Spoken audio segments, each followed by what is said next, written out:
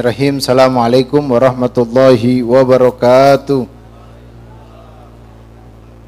Alhamdulillahirabbil alamin. Allahumma shalli wa sallim ala sayidina wa maulana Muhammadin wa ala ali sayidina wa maulana Muhammadin. Amma ba'du. Hadirin hadirat yang dirahmati oleh Allah Subhanahu wa taala. Alhamdulillah, Allah Subhanahu wa taala di malam yang mulia ini, Lailatul Jum'ah, Allah Subhanahu wa taala kumpulkan kita lagi dengan rutinan majelis Rasulullah. Kita terus berpindah dari tempat ke tempat, dari masjid ke masjid. Alhamdulillah, mudah-mudahan dengan keistiqomahan kita Allah Subhanahu wa taala pandang kita dengan pandangan rahmat. Dengan sebab berkumpul kita di tempat ini, Allah hapuskan semua dosa-dosa kita, Allah angkat derajat kita, Allah muliakan kita, dan tidaklah kita berdiri dari tempat ini kecuali Allah ampunkan semua dosa kita. Dan mudah-mudahan yang punya hajat Allah kabulkan hajatnya.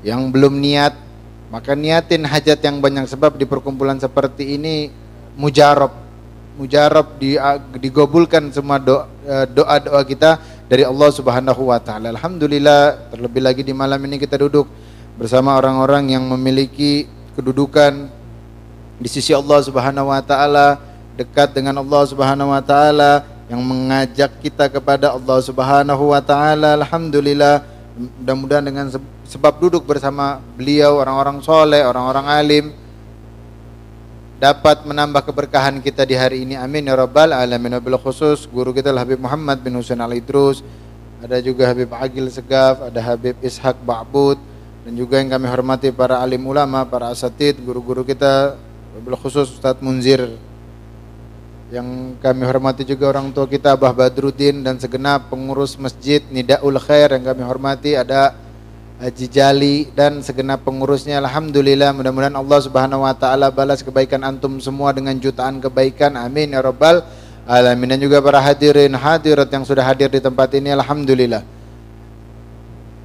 Subhanallah, nikmat dari Allah Subhanahu wa taala. Kita dikumpulkan dengan orang-orang soleh, orang-orang yang memiliki kedudukan di sisi Allah Subhanahu wa taala. Perintah untuk kita duduk berkumpul dengan orang-orang soleh itu Allah Subhanahu wa taala sebutkan di dalam Al-Qur'anul Karim, setelah Allah Subhanahu wa taala memerintahkan kepada kita tentang ketakwaan. Setelah perintah takwa, Allah perintahkan kepada kita apa? Wa kunu ma'asodikin, duduklah engkau dengan orang-orang siddiq, orang-orang yang benar. Allah Subhanahu wa taala bilang di dalam Al-Qur'anul Karim, ya ayyuhalladzina amanu taqullah wa kunu ma'asodikin. Ya, Allah Subhanahu wa taala bilang, wahai orang-orang yang beriman, bertakwalah engkau dengan sebenar-benarnya takwa. Takwa kepada Allah Subhanahu wa taala. Wa kunu ma'as-shadiqin, dan berkumpul bersama, duduklah dengan orang-orang soleh. Kenapa? Memiliki kemuliaan yang sangat besar. Bahkan Nabi bilang, jalisul kubara wasailul ulama wa khalitul hukama. Duduklah engkau dengan orang-orang besar. Jalisul kubara, Nabi Muhammad bilang, jalisul kubara, duduklah engkau dengan orang-orang besar. Siapa? Orang-orang yang memiliki kedudukan besar di sisi Allah Subhanahu wa taala. Wa jalisul ulama, ya, berkumpul dengan para ulama. Wa khalitul hukama, dan bercampur membaur dengan orang-orang ahli hikmah. Kenapa? Dengan sebab berkumpul dengan orang-orang ahli hikmah dapat mengingatkan kita kepada kematian. Ya, dapat mengingatkan kita kepada kematian, sebagaimana tiga hal tadi yang disebutkan oleh Rasulullah sallallahu alaihi wasallam. Jalisul kubara wasailu ulama, bertanya kepada ulama. Ada permasalahan, tanya sama ulama. Ya, bukan nanya ke Google. Punya permasalahan, tanya Google. Punya permasalahan, nanya Google. Gak keluar, malah nambah dari masalah. Ya, kenapa? Bukan cari ke sumber yang tepat. Bukan cari ke sumber yang tepat. Punya permasalahan dalam kehidupan, dalam berbagai macam hal, masalah agama ataupun yang lain mungkin yang kira-kira pantas untuk kita tanyakan kepada orang alim, tanyakan. Ya, sebab yang keluar dari mereka itu merupakan buah apa yang beliau dapatkan di dalam mencari ilmu tadi itu. Artinya yang beliau dapatkan itu sesuai dengan perintahnya Allah, sesuai dengan anjurannya Rasulullah sallallahu alaihi wasallam, sesuai dengan bagaimana para alim ulama memberikan ilmu tersebut, sehingga wa khalitul hukama, bercampurlah kalian, kata Nabi Muhammad, dengan orang-orang ahli hikmah. Kenapa? Dengan sebab duduk bersama mereka itu kita dapat mengingat daripada kematian. Nah, dengan kalam-kalam mereka itu membuat hati kita hidup lagi, yang lama telah meninggal, hati kita lama telah mati. Dengar perkataan mereka, duduk dengan mereka itu menjadi hidup lagi. Menjadi hidup lagi. Kita lihat betapa banyak orang-orang yang berubah, yang dulunya gemar berbuat maksiat, dengan pandangan orang soleh berubah ketika sesaat. Yang gemar berbuat maksiat hanya mendengar atau melihat dari senyuman orang soleh berubah. Itu kita dapati dari sebuah kisah Habib Anis Al-Habsyi, Anis bin Alwi Al-Habsyi yang di Solo itu. Beliau itu ketika beliau punya masjid, itu yang satu waktu itu masjid di teras lampunya putus. Terus ada orang selain muslim, orang Cina gitu, selain orang non muslim, baikin lampunya, gantiin. Ternyata ketika dia lewat ketemu Habib Anis, ketika dia lagi baikin lampu, Habib Anis lewat, disenyumin. Cuma disenyumin, ngelihat, langsung seketika habis itu apa? Minta disyahadatin.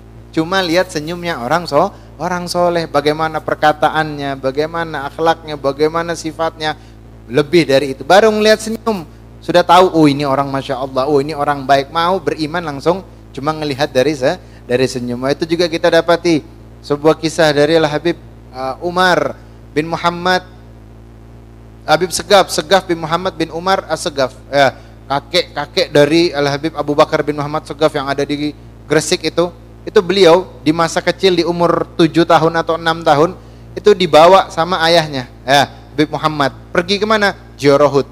Dan saat itu beliau tinggalnya di Sewun. Sewun itu ke Hadramut jauh saat Sewun ke Jorohut itu jauh, berhari-hari dikatakan. Itu disebutkan Habib Segaf bin Muhammad bin Umar Segaf itu yang paling kecil saat itu untuk hadir pergi Jorohut di Hadramut. Dia datang dengan rombongannya bersama orang tuanya, dan dia saat itu yang paling kecil, jalan berhari-hari. Sampai di sana orang-orang bingung, tanya, kenapa kok mau bawa anak sekecil ini? Ngapain bawa anak sekecil ini? Mending dia di rumah atau dia bermain dengan teman-temannya. Ngapain dibawa dia ke tempat seperti ini? Apa kata ayahnya Habib Muhammad? Beliau bilang, sesungguhnya aku bawa dia ke sini, aku pengen dia memandang Imamul Haddad dan dia dilihat oleh Imamul Haddad. Wah subhanallah, dengan pandangan dari Imamul Haddad, melihat Imamul Haddad dan dilihat oleh Imamul Haddad, itu turunannya menjadi orang-orang besar, orang-orang alim. Al-Wadi diantaranya Habib Umar bin Abu Bakar As-Segaf, ada juga Habib Muhammad bin Abu Bakar As-Segaf yang di Gresik, yang barusan kemarin bulan Zulhijjah diholkan tersebut. Itu merupakan turunan dari mereka, orang-orang yang mau mengambil keberkahan. Dengan apa? Memandang dari orang-orang soleh, melihat dari orang-orang soleh. Sungguh dikatakan itu memandang dari orang-orang soleh merupakan obat dari hati kita. Kita kalau punya penyakit itu bakal kemana? Kita kalau punya penyakit kita bakal datengin dokter ahli, kita bakal datengin dokter yang paling paham tentang penyakit kita. Tapi kalau hati yang sakit kita mau kemana? Kalau hati yang sakit dalam tubuh kita mau kemana? Gak ada. Itu dikatakan oleh para ulama, mereka menyebutkan 5 obat hati itu. Apa dikatakan? Yang pertama, bangun di tengah malam. Bangun di tengah malam. Lalu juga dikatakan mengosongkan perut. Untuk apa? Menahan lapar. Mengkosongkan perut. Lalu apa? Qiraatul Quran bitadabur. Baca Quran dengan bertadabur di dalamnya. Memaknai makna dari Al-Quranul Karim. Lalu selanjutnya apa? Sholat malam, bangun di waktu malam untuk sholat. Lalu selanjutnya bermunajat di waktu sahur. Dan yang terakhir mujallasatul sholihin, duduk bersama dengan orang-orang soleh. Duduk dengan orang-orang soleh, memandang dari orang-orang soleh, itu dapat mengobati penyakit yang ada di dalam hati. Itu disebutkan. Al-Imam Ibrahim bin Yusuf itu beliau kalau punya penyakit, kalau beliau di dalam sholatnya kurang khusyuk, Imam Ibrahim bin Yusuf itu beliau kalau dalam sholatnya kurang khusyuk, kalau mungkin kepekaannya itu sangat tinggi sehingga dia tahu, oh ini sholatku lagi nggak khusyuk. Beda sama kita, khusyuk sama nggak khusyuk kita nggak bisa bedain. Khusyuk sama nggak khusyuk nggak bisa bedain. Kenapa? Sama posisinya. Itu Ibrahim bin Yusuf ketika dia ngerasa ini sinyal khusyuknya hilang. Maka apa yang dia lakukan? Dia datang ke orang alim. Dia duduk bersama orang-orang alim. Apa? Memandang dari orang-orang soleh tersebut. Itu ketika dia mandang, dia lihat salah satu dari gurunya, itu apa dia bilang? Dia katakan bahwa dengan memandang dari syekh tersebut sudah cukup untuk menjaga kekhusyuanku selama 1 bulan. Cuma memandang dari gurunya tadi itu sudah bisa nambah ngecas hatinya sampai tahan 1 bulan untuk dalam keadaan khusyuk. Bagaimana mereka orang-orang soleh di dalam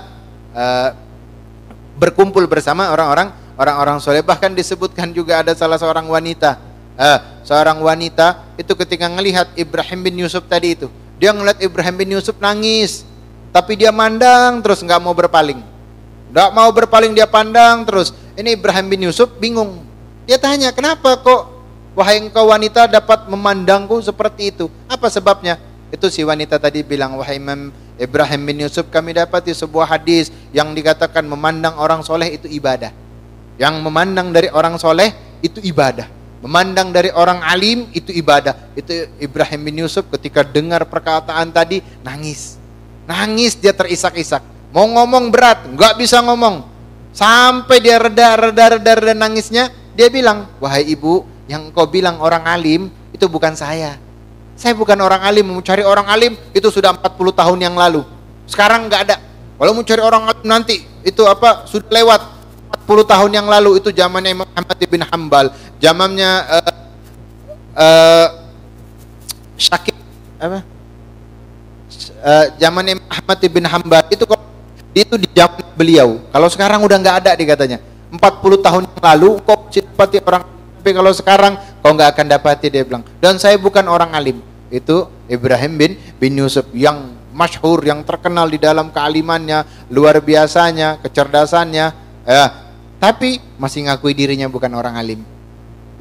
Subhanallah, kita Habib Muhammad tadi bilang Indonesia kedatangan tamu mulia, Habib Umar bin Hafid, Masya Allah, semuanya indah, semuanya nikmat, semua duduk mandang beliau. Kita lihat yang mungkin lihat live dari TV, dalam keadaan lelah beliau kebanyakan, rata-ratanya lelah.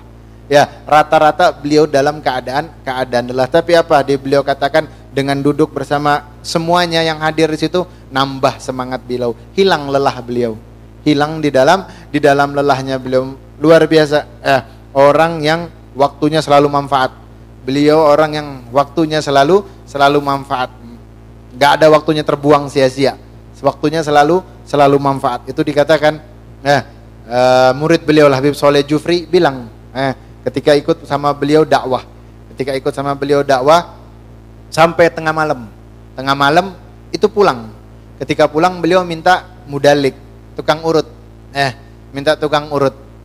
Ketika diurut itu beliau nggak cuma sama tukang urut, beliau panggil beberapa santri. Dikatakan Habib Soleh itu panggil beberapa santri, ada 5 atau 4 gitu, duduk ngapain? Hizib Quran.